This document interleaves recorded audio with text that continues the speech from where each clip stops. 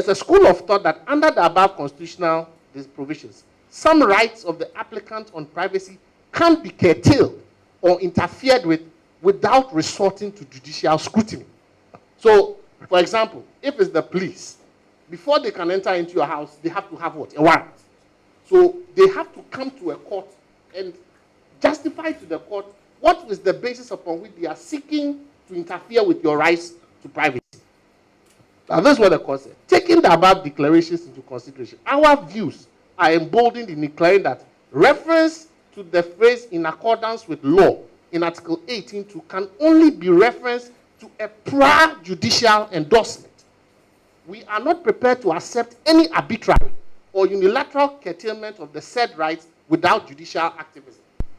So there is clear authority from our Supreme Court that it is not the individual subjective view of a journalist, for example, that I can record you because I believe that I have public interest at heart, or I have some social or moral reason why I should record you. Our Constitution frowns on arbitrary, self-imposed means of censoring or deciding when we are going to follow the law or when we are going to curtail somebody's rights, as opposed to when we are not going to curtail someone's rights.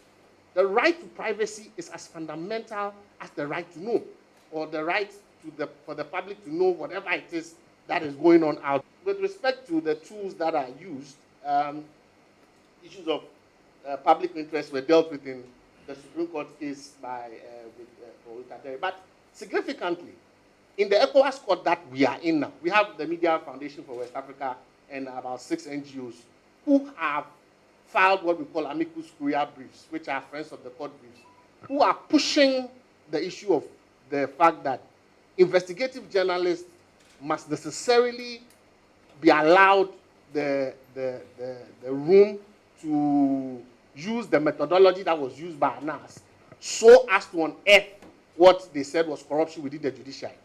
The decision in the ECOWAS court, we believe, will by and large put to rest whether it will be allowed or whether the court will allow the said issues of public interest to prevail over the individual rights of the said judges in respect of their rights to privacy, and whether the court would uphold the issue of public interest as being an overriding principle as against the individual rights of the said judges. So we are all quite excited. We are waiting for that particular decision, because that decision will by and large put to rest issues of on this matter, and perhaps educate all of us quite